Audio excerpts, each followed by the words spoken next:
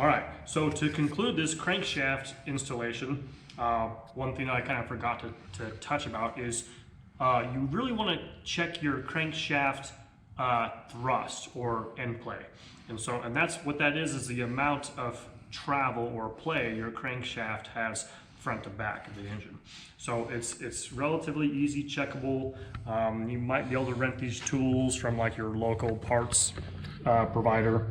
But essentially you want like a dial indicator on the front of the crank, or you could even put it on the back of the crankshaft here. So this application seems to be pretty easy, but you set it all up and then you can zero out your indicator. And so what you want to do is you want to measure like the total. So you don't want to just set it up and put it on 0 and then just thrust this one direction. You want to like thrust it both directions, if that makes sense. So we have it set up to 0 right now, okay?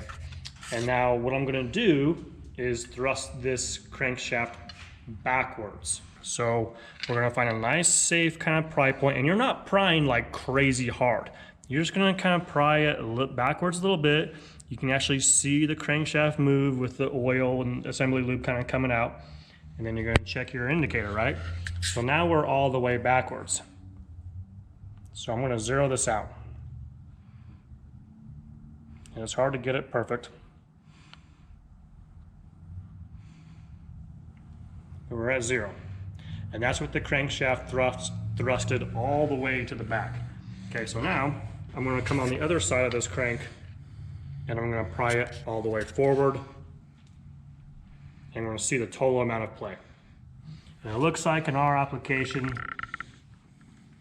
we have about 7.5 thousandths, 8 thousandths if I get after it really hard.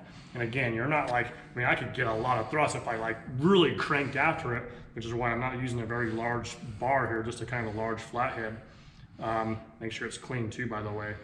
But like you're trying to get a gauge of how much thrust you have.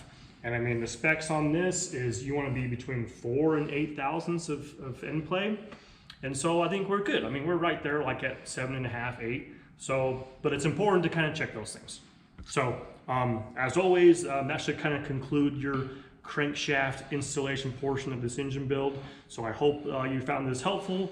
And don't forget to give the video a thumbs up and subscribe to the channel if you haven't yet. It does help us grow and help us to produce more videos for you guys. So we'll catch you next time.